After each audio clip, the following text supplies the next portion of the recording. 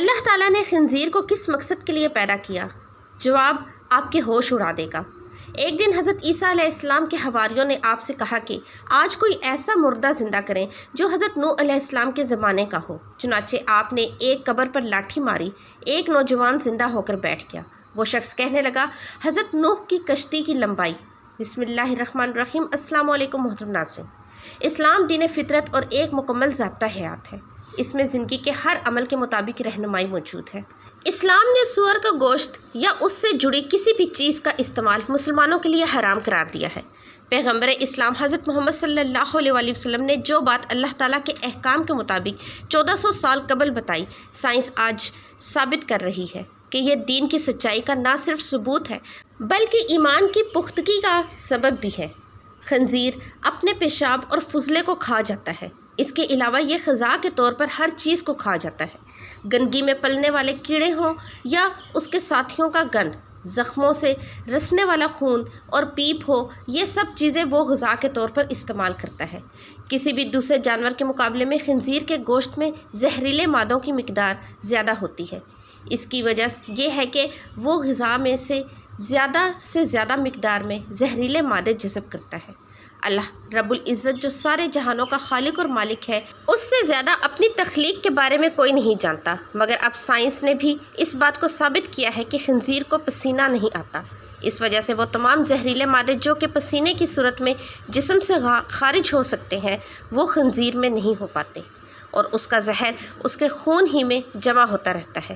خنزیر پر زہر اثر نہیں کرتا۔ اس کے گوشت میں پہلے ہی زہر کی مقدار اتنی زیادہ ہوتی ہے کہ اس کو مارنے کے لیے اگر زہر دیا جائے تو وہ اثر نہیں کرتا۔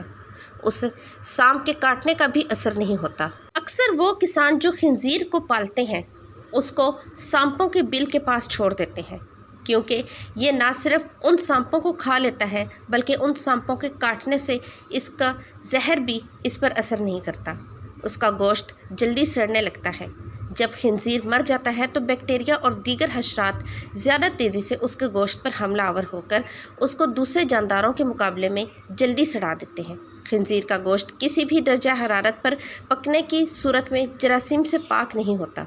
آج تک اس بات کا یہ پتہ نہیں چلایا جا سکا کہ کس درجہ حرارت پر پکنے کے بعد مکمل طور پر اس کے گوشت میں موجود زہریلے مادوں کا خاتمہ ہو سکتا ہے۔ خنزیر کے گوشت میں چکنائی کا تناسب بہت زیادہ ہوتا ہے۔ خنزیر کے گوشت میں چکنائی کا تناسب کسی بھی دوسرے جانوروں کے گوشت کے مقابلے میں انتہائی زیادہ ہوتا ہے، جو انسانی صحت کے لیے بہت خطرناک ہے۔ خنزیر کی کھائی گئی غذا بہت تیزی سے اس کے جسم کا حصہ بنتی ہے۔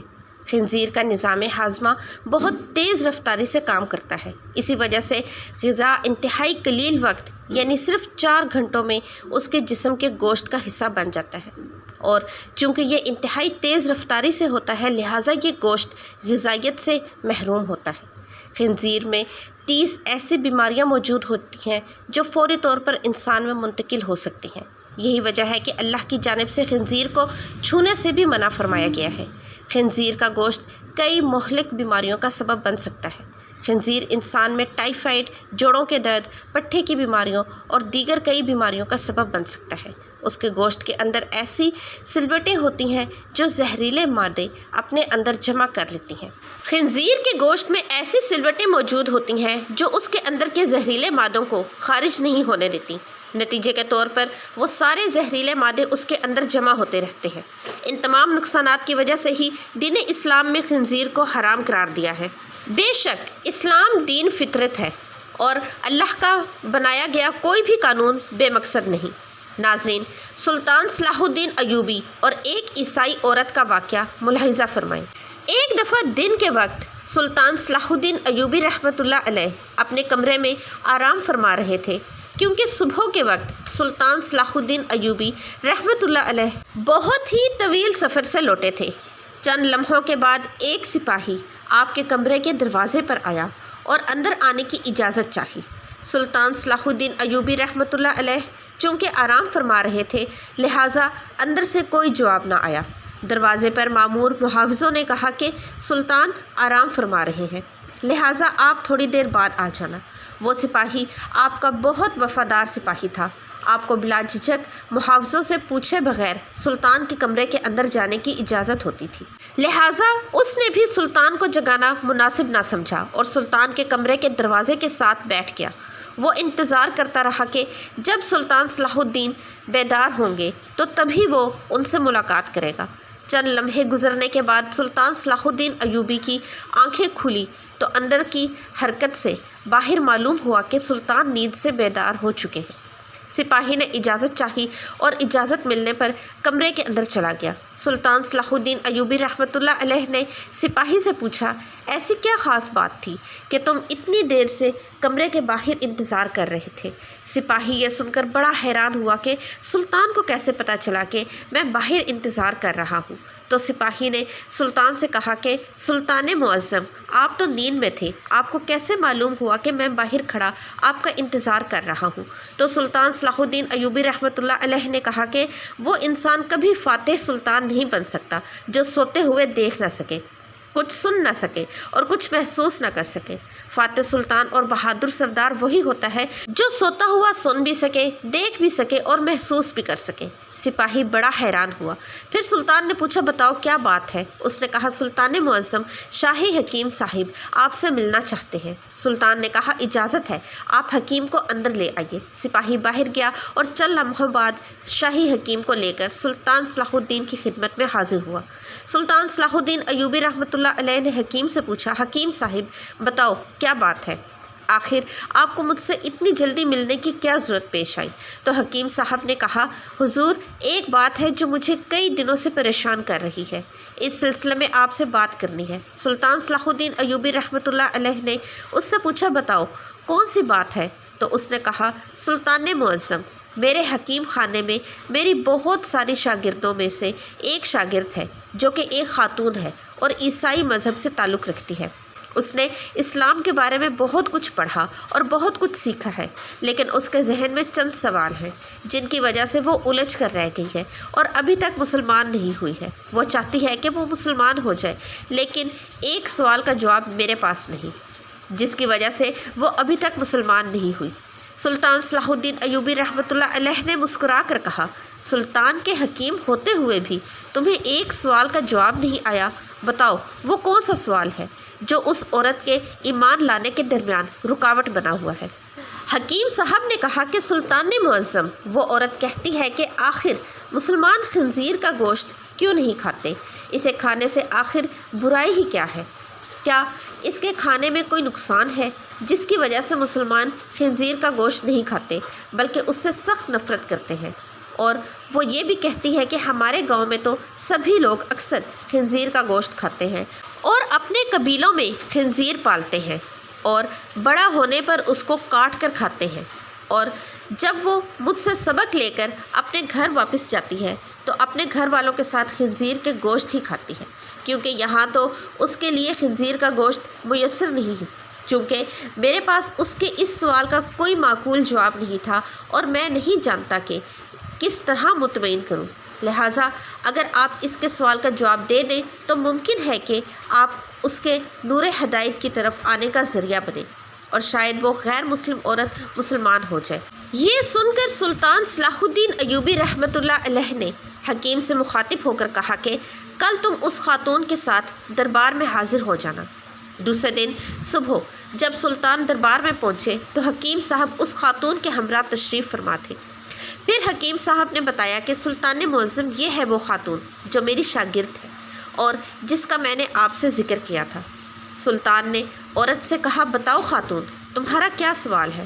تو اس عورت نے کہا، سلطان معظم، میں نے اسلام کے بارے میں بہت کچھ پڑھا اور سیکھا ہے، یہاں تک کہ اب میں اس جگہ پر آ گئی ہوں کہ میں اسلام قبول کر ہی لوں، لیکن ایک بات ہے جو مجھے اسلام قبول کرنے سے روک رہی ہے، اور وہ یہ بات ہے کہ اسلام خنزیر کے گوشت کھانے کی اجازت کیوں نہیں دیتا؟ یہ تو ہماری سب سے پسندیدہ خوراک ہے، چاہے کچھ بھی ہو جائے میں تو اس کا کھانا نہیں چھوڑ سکتی۔ میں نے اسلام کی تعلیم حاصل کرنے میں ہر جگہ دیکھا ہے کہ جہاں بھی اسلام نے کسی چیز سے روکا ہے تو اس کے منع کرنے کی وجہ اور اس کے نقصان کے بارے میں بھی بتایا ہے، لیکن خنزیر کے گوشت کے سلسلے میں تو مجھے کوئی مضبوط دلیل نہیں ملی۔ میں نے جب اپنے بائبل کو پڑھا تو اس میں بھی خنزیر کا گوشت کھانے سے منع نہیں کیا گیا، تو پھر اسلام نے اسے کیوں منع کیا گیا ہے؟ آخر اس کے گوشت میں ایسی کیا خرابی ہے؟ یہ تو عیسائیوں کی سب سے پسندیدہ خوراک ہے۔ یہ سن کر سلطان صلاح الدین ایوبی اس سے مخاطب ہوئے اور کہا کہ اللہ تعالیٰ نے قرآن پاک میں 3 جگہوں پر خنزیر کا گوشت کھانے سے منع فرمایا ہے۔ پھر آپ نے ان آیات کا ذکر بھی کیا۔ پھر سلطان نے اپنے ایک مشیر سے کہا کہ وہ بائبل کی کتاب لاؤ جو اپنی اصلی حالت میں موجود ہے۔ جب کتاب سامنے پیش ہوئی تو آپ نے اس میں بھی وہی جگہ تلاش کر کے دکھائی جہاں لکھا ہوا تھا کہ خنزیر کا گوشت کھانا منع ہے۔ عورت یہ دیکھ کر بولی، یہ کیا بات ہوئی؟ جو میرے پاس کتاب ہے اس میں تو واضح طور پر لکھا ہوا ہے کہ خنزیر کا گوشت کھانا منع نہیں۔ سلطان صلاح الدین ایوبی رحمۃ اللہ علیہ نے کہا کہ مجھے ترس آتا ہے تمہارے ان لکھنے والوں پر جو اپنی عیاشیوں کے لیے اس پاک کتاب کو اپنے لفظوں سے بالکل تبدیل کر رہے ہیں۔ تمہارے پاس جو بائبل ہے اپنی اصلی حالت میں موجود نہیں، اس میں وقت وقت پر کافی تبدیلی جا چکی ہے۔ پھر سلطان صلاح الدین ایوبی رحمۃ اللہ علیہ نے فرمایا، یہ تو میں نے کتاب سے ثابت کیا ہے، اب میں تمہیں علم طبیعیات کے لحاظ سے بھی ثابت کر کے بتاؤں گا۔ تو سلطان نے اس خاتون کو حکم دیا، کل خنزیر کا گوشت پکا کر صبح میرے دربار میں لے آنا۔ وہ عورت سلطان کے سپاہیوں کے ساتھ جنگل میں گئی، ایک خنزیر کا شکار کیا اور اگلی صبح اس کا گوشت پکا کر سلطان کے سامنے لے آئی۔ سلطان نے گوشت کو کراہت سے دیکھتے ہوئے خاتون سے کہا کہ اب اس پکے ہوئے گوشت میں سے ایک بوٹی نکال کر چھری کے ذریعے اس کے 2 حصے کرو۔ جب خاتون نے بوٹی کے 2 حصے کیے تو اس کے درمیان میں سے گوشت کچا تھا۔ سلطان نے کہا، اے خاتون، کیا تو نے اس گوشت کو اچھی طرح پکایا نہیں؟ نہیں سلطان معظم، میں نے اس کو اچھے طریقے سے پکایا ہے۔ سلطان نے کہا کہ اب تمہاری سمجھ میں میری بات ضرور آئے گی کہ اس حرام گوشت کو چاہے جتنا بھی پکا لو، ایک بار پکاؤ یا بار بار آگ کی تپش دو، یہ پوری طرح پکتا نہیں۔ اس طرح بیچ میں سے کچا رہنے کے باوجود جب یہ تمہارے پیٹ کے اندر جاتا ہے تو بہت ساری بیماریوں کا سبب بنتا ہے، اس لیے اسلام نے اس کو کھانے سے منع کیا ہے۔ آپ خود ایک حکیم کے زیر اثر تعلیم حاصل کر رہی ہیں، لہٰذا آپ خود اندازہ لگائیے کہ اگر کوئی کچی چیز جب آپ کے پیٹ کے اندر جائے گی تو یہ اندر جا کر کتنی خرابیاں پیدا کرے گی۔ پھر سلطان نے اس عورت سے کہا کہ آپ اس جانور کے بارے میں کچھ اور بھی بتاتا ہوں۔ یہ جانور جس جگہ رہتا ہے تو یہ اس جگہ اپنے ارد گرد سبھی انسانوں کی گندگی کو بھی کھا جاتا ہے۔ اس کی اکثر خوراک بہت ہی غلیظ ہوتی ہے، اور سب سے حیران کن بات یہ کہ خنزیر وہ واحد بے شرم جانور ہے کہ جب اس کی مادہ یعنی اس کی بیوی کے ساتھ جب کوئی دوسرا خنزیر جنسی تعلق قائم کرتا ہے تو یہ خوش ہوتا ہے اور فخر محسوس کرتا ہے۔ یہ واحد جانور ہے جس میں اتنی زیادہ بے شرمی بھری ہوئی ہے۔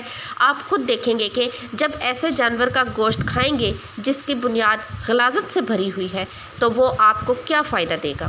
یہ سن کر وہ عورت سلطان صلاح الدین ایوبی رحمۃ اللہ علیہ کی قائل ہو گئی اور کہا کہ سلطان معظم، آپ مجھے اپنی ہی زبان سے کلمہ پڑھائیے۔